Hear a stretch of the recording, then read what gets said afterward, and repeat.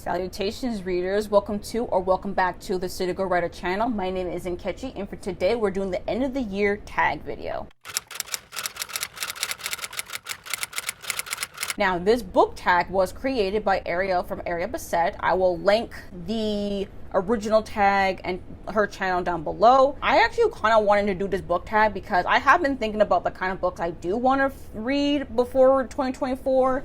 And these are mostly kind of hopefuls, but also things I really am expecting to read because I don't necessarily do a TBR kind of thing. I mean, I kind of do, but also I am indeed a mood reader. So, you know, things aren't quite set in stone here because mood reading, DNFing, all kinds of things, or like a not right now, all that stuff can easily happen.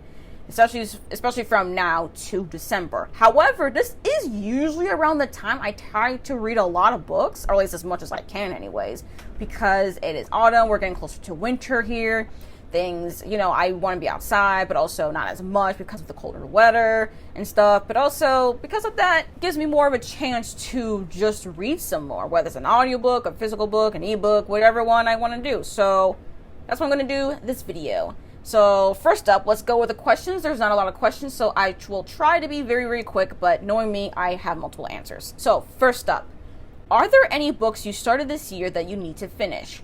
Technically, actually, I recently finished a book that I've been reading for months, so that has already been read. But I do have a series that I have started reading that I do plan to finish reading this year. That's not like anticipated or anything. That's actually already a completed series. I just need to finish it. And of course, I am talking about Fullmetal Alchemist. Like, come on now. Last year, I started reading them. I read the first omnibus editions. And also this year, I've read volumes 4 through 6. And now I have volumes 7, 8, and 9. Now, there are indeed 4 months, well, nearly 3.5 months left of the year. And I do have these 3 omnibus editions. So now I really gotta start finishing these books. Okay, we're almost to the end of the year and I have yet to finish a series. So I'm just like, well, let's start with finishing some manga, you know, like why not? So very much an easy answer, Fullmetal Alchemist. All right, question number 2. Do you have an autumnal book to transition into the end of the year? I do actually. I mean, I have a couple, but I do think of just the one book that definitely feels like the perfect fall autumnal kind of read that I can also read around December as well, if need be. And that is This Sentence by Louise Erdrich. Now, this is, I don't know how many books she's written, but this is book number who knows what. Now, this is a book that I have been having in my TBR for a while. I actually was looking forward to reading this since last year. However, I didn't read it last year because I was not in the headspace, but I do think I can read it this year. This does give me autumnal vibes because it does take place actually in Minneapolis, Minnesota, because Louise Erdrich, fun fact, is actually a local author for me. So I think that's actually really interesting. Now, this does follow, where it pretty much takes place in a small independent bookstore in Minneapolis, where it's haunted from November 2019 to November 2020. So that's pretty much around the time where we get into the pandemic, basically. So this is, I think, a pandemic book. I have heard some reviews that this does talk, referencing the pandemic as well. So this is a pandemic-y book. So if that's something for you, tread with caution. For me, I'm not quite as bothered by it. I am just more interested in this one because of the fact that I had my TBR for a while. I have read this author's other work, I think, was Shadow Tag. I think I read that like 2 years ago, and now I want to read this one. And I think this is, I can't remember if this is just contemporary lit fic or it's also a thriller. I'm not 100% sure, but I do know it's at least lit fic. And I'm pretty sure, I think I'm going to stick to it just being a lit fic instead of being a thriller, just for expectations wise. Number 3. Is there a new release you're still waiting for? Yes, there are several new releases. I actually have a lot of new releases for September and October alone. I don't have any new releases for November, unfortunately, and I only sort of tentatively have one anticipated release for December, and that's dependent if I even like the first book. So September, October is really like the time I really have anticipated releases right now, but I do have 3 for this question. So first up, Voices of the Dead by Ambrose Paré is going to be coming out later in September. I think September 26th. This is the 4th installment in the Raven, Fisher, and Simpson mystery series. And I'm not going to really talk too much about what this 4th book is because, again, it's part of a series. But it is a mystery series as well, so it's like, do you need to know kind of thing? But also, yeah, I think you would need to know, like, need to read, like, the other books at least a little bit. Maybe not too much on the mysteries, but more on the characters. I do know this does take place in Edinburgh. I think 1854 is where the 4th book is. I'm already started reading the third book, and there is a short story / novella in between that I'm going to read before this one. So looking forward to that later on this month. And then there is Out There Screaming, an anthology of Black horror edited by Jordan Peele. That's coming out on October 3rd. This one was actually new to my radar, but I have been looking forward to reading it ever since I found out about it. Now, this is, again, an anthology of pretty much Black horror. There's a lot of Black authors. I can't remember every single one, but I do somewhat remember Nkechi Jemisin on there, Tochon Yobushi's on there. I think Tarana Reeve Dew is on there. I'm not totally sure, somewhere on there. And there's also a bunch of other authors that I'm not familiar with. And I am here for Black horror, okay? Specifically more on the adult side, though. I'm not really into an anthology of young adult horror, but I am definitely here for the adult stuff, okay? And especially if it's edited by Jordan Peele. Again, I will say this, I have not watched any of Jordan Peele films. However, that does not mean I'm not going to, okay? And it does come out in October. And then, of course, Spy Family Volume 10 is going to come out on October 17th. I've been waiting for this particular volume since March when I read Volume 9.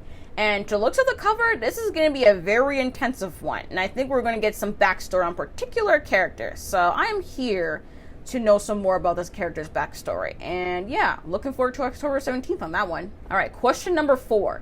What are 3 books you want to read before the end of the year? Now, I do indeed have some 3 books. It was kind of a little bit difficult for the third, but I am quite solid on my opinions on these 3 books. So, first up, I really want to read Tell Me How It Ends by Quentin Lee. This is a self-published book, actually. This came out, I think it came out this year, if I remember correctly. I do think it came out this year. I think it came out in May or something, if I'm remembering correctly. This is a young adult fantasy. It's a first in a series. I think it's a quartet or something. I don't know. It's definitely at least a series. I do things more than a trilogy here. And I just remember we're following someone who reads tarot cards and stuff, and it's a very queer fantasy as well. I think the main character, Iris, is autistic as well. So there's that. I don't know. I don't really remember much, actually, on what this story's about. And honestly, I don't think I really need to, necessarily. I'm just here for anything regarding tarot cards, okay? I'm just am. It's just something I've been interested in, and now I get the chance to possibly read it. Now, these other 2 books, though, they're really on the kind of genres I don't tend to gravitate towards. And then first up, the first one is actually a nonfiction. It is How to Read Now, Essays by Elaine Castillo. This is just like an essay collection on pretty much like how we as readers can be better with our reading, and just how you are supposed to be reading and all that. And I have started reading this via audio, and I also was a little bit lightly annotating it as well. So there's not a lot here. I'm not very far into it. The only thing I read the first 2 essays, but it is indeed very, very good. And I do actually want to come back to this and finish it. I have no idea when I'm going to read it. This could be a November read for Nonfiction November or something. Who knows? But nothing's set in stone with me. So looking forward to reading that, though. And this third book here, I really am hoping for, because it's not this one, it's another book instead. But I do really want to prioritize this book instead. And I'm talking about God of Mercy by Okezie Nwaka. This is this a debut? I can't remember. Is this a debut novel? This is a lit fic book written by a Nigerian author, and I am always here to give Nigerian authors a chance. I'm not even quite sure on what this story is about. I think we're in a fictional, this is a debut novel, and we're in this fictional village and talking about gods, and that's all I need to know. Fictional village, Nigerian author, specifically Igbo author too, and we're talking about gods. Let's go for it. I'm here for it. Okay, what is there for me to say? There's nothing for me to say. I'm here for it. Anytime that I see a Nigerian author, especially if they're Igbo, talking about deities and gods, I'm just gonna read it, okay? So I don't know too much about this one, but I do know it's lit fic, and I don't really read straight up lit fic like that, but I have been getting into more of a mood for lit fic for some reason. For some reason, I like to get that kind of mood during fall, and especially winter. I'm here for a lit fic mood, so I'm hoping to read this one very, very soon. Number 5. Is there a book that you think could still shock you and become your favorite book of the year? I actually have 3 possibilities. Now, I'm not quite the kind of person to do like a 5-star prediction kind of thing, because I don't know. I just feel like I'm hyping the book up in my head too much and then end up being disappointed in the end, which is why I just don't bother with that. But I do have 3 books that could fulfill this question for varying reasons, honestly. So first up, I have Catherine House by Elizabeth Thomas. I think this could possibly shock me to be in a 5-star because it is indeed a gothic book. It is also dark academia. It's also written by a Black author, and it does, I think also it's kind of like a weird book as well. I do remember this book being highly compared to like Bunny, or people's like similar to Bunny. I've never read Bunny, but I do think I will probably like Catherine House more than Bunny. I don't know. There's nothing about it that I'm just like, yeah, this is definitely going to be better for sure, or this is definitely going to be a 5-star, or become one of my favorites or even, but there's just something about that. I'm like, you know what, this could surprise me. I don't know how it will surprise me, but I think this would really surprise me. Another book as well that I'm not quite sure, but it could if I do start reading it, because I don't know if I'm really going to read it this year, but if I do, I think it could be a favorite book of the year. I'm talking about Piranesi by Susanna Clarke. This is the author of, what was this other book? Jonathan Strange and Mr. Norrell. That one, yeah, that long-ass dark academia book. I'm not reading that one. But this one, though, I'm like, you know, it could be a 5-star. It is indeed one of those books that's like more no plot, just vibes kind of book. It's also kind of relatively short. It's less than 300 pages. And it does follow someone, I don't know, there's also, I really don't know actually too much about this one. I don't know, there's not really much on the synopsis that really gives me like, oh, I kind of know what the story is, which I think is the best way to go about this kind of story. So, I don't know. It could surprise me. Maybe I will like the writing. Maybe I'll like the narrative structure. Maybe I'll like the theming and the characters. Who knows? There's always something that can make me go, yeah, this could be a possible favorite book of the year. And I just don't know. It's interesting to me. Let me just see if you can even see the title down there. But yeah, I think this could. I don't know how, but it could. And this last book here, I'm just hoping it will be one of them favorite books of the year. And maybe, just maybe, it could get me into Greek myth retellings. Probably not, because this is the only one I've actively been like, yeah, I'm actively excited for kind of a thing. And that is Psyche and Eros by Luna McNamara. Now, this one is pretty much retelling of Psyche and Eros. I'm not really familiar with this myth at all. I really am not. However, the thing that drew me into it is, first of all, it's the cover. Look at this cover. Look how beautiful it is. Look at the arrow. Look at this feather pen. Look at the border and the flowers. It's so pretty. But another thing, too, that it could surprise me is that this is a historical fantasy romance, which doesn't always work for me, I'll admit. However, I do like historical fantasy, and I don't mind a romance if it's in a historical setting for some reason. I don't know why. So maybe a historical fantasy romance, a Greek myth retelling one, maybe. This is also another debut book as well, but I don't know. I think that I would really like this. I mean, I hope so. It's very, very beautiful. It did come out this year too, so I'm just like, I'm hoping this is a winner. I really am. And it could definitely surprise me. Maybe the writing, maybe the actual love story between Psyche and Eros in this particular edition that's more modern twist to it will be something I will really like. I don't know. I'm always here for retelling, so let's try this. We'll see. And now for the last question. Have you already started making reading plans for next year? And I'm going to be quite honest, yes, but mostly no. It's more somewhat. I haven't really made any hard-hitting plans, honestly, for what I want to read next year.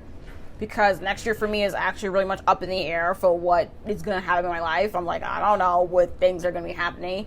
I don't know if I'll have enough time. I mean, I have no idea what next year's going to look like, honestly speaking. But I do know that there are a few series and some sequels that I want to read, for sure. There are a few completed series that I want to start reading and finish reading by next year.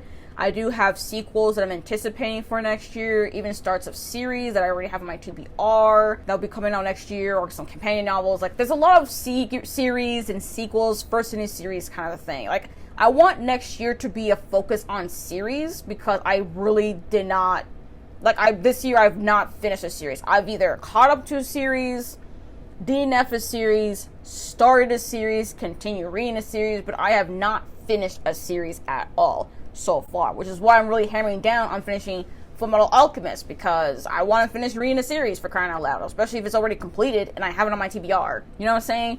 So that's pretty much really the main focus for really next year, but as far as specifics, I don't even know. It depends on how long the books are. It depends on the genre. It depends on everything, honestly. So it's mostly up in the air, but series sequels, that's kind of the theme, the vibe for next year, personally speaking.